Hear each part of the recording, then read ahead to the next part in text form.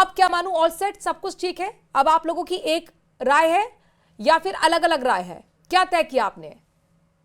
हमारी राय तो हमने अपील करी थी और हमारे समाज के कुछ बुद्धिजीवी, हमारे कुछ सीनियर नेता लोगों ने युवाओं को, जो युवा आक्रोशित थे, उनको समझाया और वो मान गए।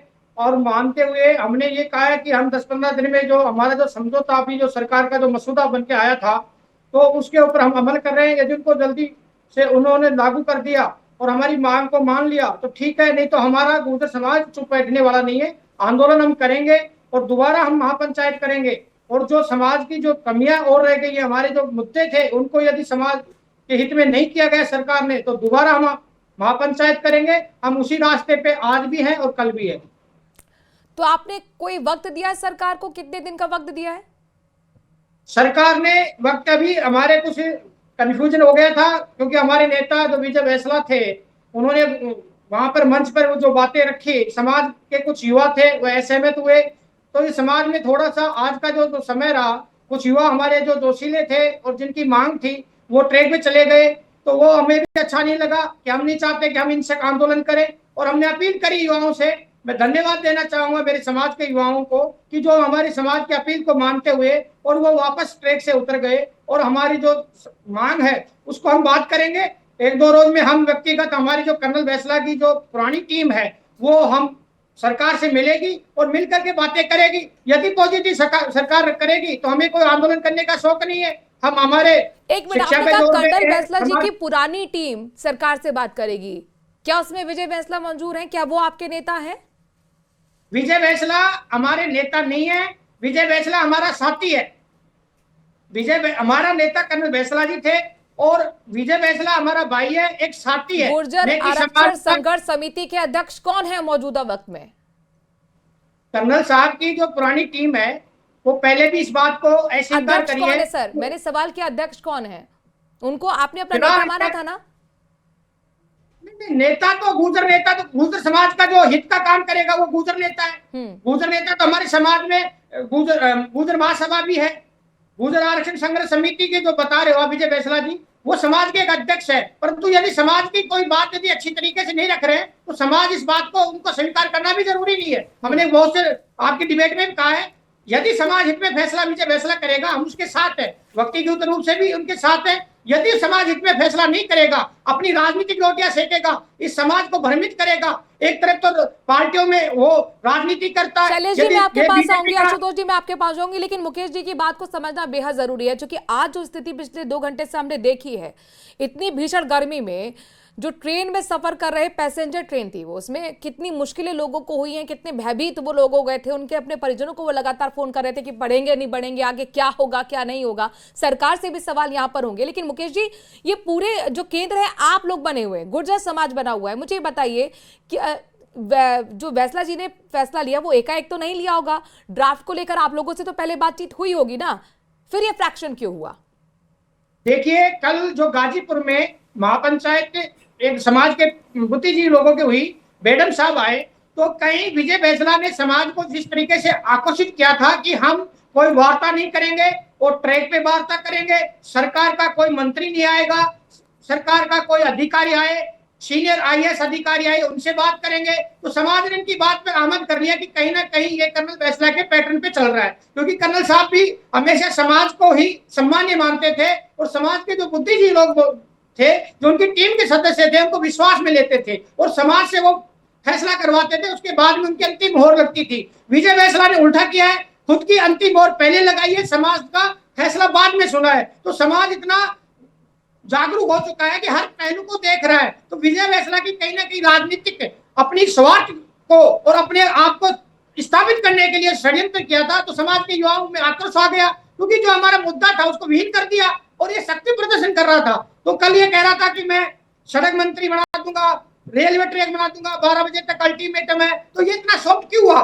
तो सरकार के सामने जब गुर्जर समाज ने अपनी छाती ठोक करके 20-25 हजार लोग सीने में गोलियां खाने के लिए ट्रैक के पास आए थे, इसकी भाषण सुनने नहीं आए थे। इसका मसौदा तैयार, जो इन्होंने राजनीतिक जो लपेट करके मसौदा तैयार किया है, और वही सीएम साहब के भजन गा रहा है। तो ये सीएम साहब के भजन कल गा लेता, मैडम साहब आए थे, हमारे समाज के सीनियर नेता थे, उनकी बात को तो उन्होंने अनसुना कर दिया। तो समाज में कहीं ना कहीं वेदना होती है, व्यक्ति विशेष से समाज नहीं ठीक चलता है, है, शैलेश समाज कौशिक जी सांस्कृतिक रूप से चलता बीजेपी है। के प्रवक्ता हैं सर, आपके लिए क्या चैलेंज बढ़ गया है? क्योंकि यहाँ पर तो आप सुन रहे हो मुकेश जी को, पिछले 5 मिनट से मैंने उनको पूरा वक्त दिया ताकि उनकी स्ट्रैटेजी हम समझ पाए, तो ये तो कह रहे हैं कि बैसला साहब हमारे नेता है ही नहीं, तो फिर सरकार किससे बात करेगी?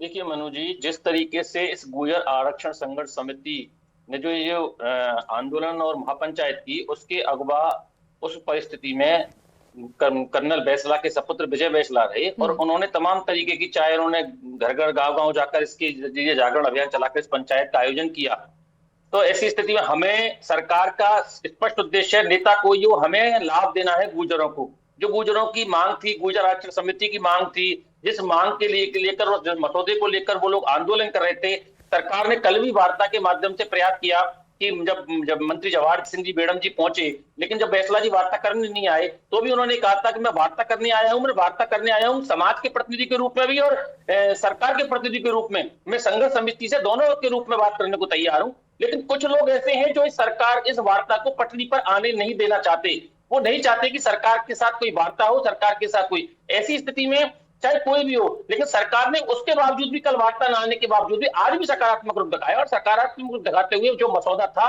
उसको भेजा और अधिकांश मांगे, उनकी जो मांग पूरी कर दी। चलिए जी, लेकिन सकारात्मक रुख अगर था तो फिर ये स्थिति क्यों हुई? और ऐसा पहली बार हुआ है कि महापंचायत का जो फैसला है वो युवा मानने को ही राजी नहीं है, ये स्थिति क्यों बनी है? देखिए, ये जो युवा बुजुर्ग महापंचायत के सदस्य, संघर्ष समिति, ये सबका एक इंटरनल मैटर है कि इनको जो समावेश करना चाहिए था अपने, उसका सरकार का काम था कि इनकी मांगों को मानना, इनकी मांगों को सुनना और इनकी मांगों पर एक सकारात्मक रूप दिखाना। सरकार ने वो सकारात्मक, कर्नल बैसला के जो सुपुत्र हैं विजय बैसला, उन्होंने कहा कि हम वार्ता को नहीं जाएंगे, तो सरकार ने उनकी बात भी मानी और मसौदा वहीं भेज दिया। तो सरकार ने मसौदा भेज दिया, सबके सामने पढ़ दिया, अधिकांश लोगों की राय बन गई, तो किस राजनीति का कौन सा रुख किस तरफ गया। लेकिन फिर भी मैं धन्यवाद देना चाहूंगा उन पंच पटेलों को जिन्होंने समझाइश की, और उन युवाओं को, और तत्कालीन प्रशासन के जो आईजी साहब हैं, जिन लोगों को जिस तरीके से समझाया कि एक तरफ तो आप मुकदमों को वापस लेने की बात कर रहे हैं, दूसरी तरफ जब आप रेल की पटरी को रोकेंगे, तमाम तरीके के फिर मुकदमे लगते हैं। आप जब 332 जो भर्तियां हैं रीट की, उनकी बात कर रहे हैं, ऐसी स्थिति में युवा भी समझे, पंच पटेलों ने एक अपना दायित्व निभाया, समझाइश हुई, और उसके बाद जो रेलवे ट्रैक खुला। अब ये सरकार अपनी तरफ से आगे बढ़कर, सरकार ने अपना आगे हाथ बढ़ाया है गुर्जर समाज के लिए कुछ देने के लिए। अब सरकार को गुर्जर समाज को तय करना है, सरकार जो देना चाहती है उस पर किस तरीके से सकारात्मक रूप में और बात करे। सरकार ने अपना मसौदा रख दिया, अब इनको बजाय किसी तरीके के मत भिन्नता के, एक मत के साथ एक जाजम पर बैठकर सरकार के साथ जो सरकार देना चाहती है उसमें बात करें। और सरकार ने बिल्कुल स्पष्ट रुख कर दिया है कि हम इन मांगों को इस तरीके से पूरा करेंगे। ऐसी स्थिति में गुर्जर समाज के लोगों से भी आग्रह, कैसे करेंगे अपने आप में बड़ा सवाल है, क्योंकि 2008 से तो आप लोगों ने भी कोशिश की, वसुंधरा सरकार ने भी कोशिश की, गहलोत सरकार ने भी कोशिश की, प्रावधान बनाए, समझौते हुए, लागू कहां हुए? इसलिए हम हर 2-3 साल बाद देखते हैं कि गुर्जर समाज खड़ा हो जाता है आंदोलन करने के लिए।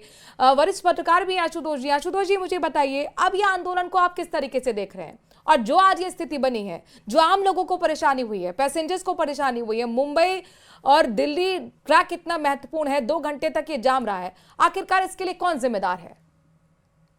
देखिए मनोज जी, पहला जो आपका सवाल था कि जो ट्रेन रोकी गई, जो पूरा रास्ता रोका गया, जिसकी वजह से हजारों लोग तो उस पैसेंजर ट्रेन में सवार थे, जो वहां पर खड़े रहे, धूप में खड़े रहे, बिना पानी के खड़े रहे, तेज गर्मी में खड़े रहे, और उसके साथ में कई ट्रेनों का आवागमन भी प्रभावित हुआ। कुछ ट्रेनों को कोटा रोका गया, कुछ को सवाई माधोपुर रोका गया, तो तमाम लोगों को परेशानी हुई। निश्चित तौर पर बहुत खराब महसूस होता है जब आम जनता को दिक्कत होती है। दूसरी पर रही बात इस आंदोलन की भविष्य का क्या है, तो देखिए मुझे मैं आप दोपहर में भी चर्चा करते समय कह रहा था कि सरकार जो अपने स्तर पर कर सकती है उन तमाम चीजों के लिए पहले बार में कल से ही चीज के लिए तैयार थी कि हाँ, आप वार्ता की टेबल पर आइए, हम आपकी सारी बातें सुनेंगे, मानेंगे, और जो सरकार कर सकती है वो करेगी। सरकार की तरफ से जवाहर सिंह बेढ़म साहब कल से बहुत ज्यादा इंटरेक्ट कर रहे थे, क्योंकि वो समाज से भी आते हैं और सरकार में भी शामिल है। ऐसे में अभी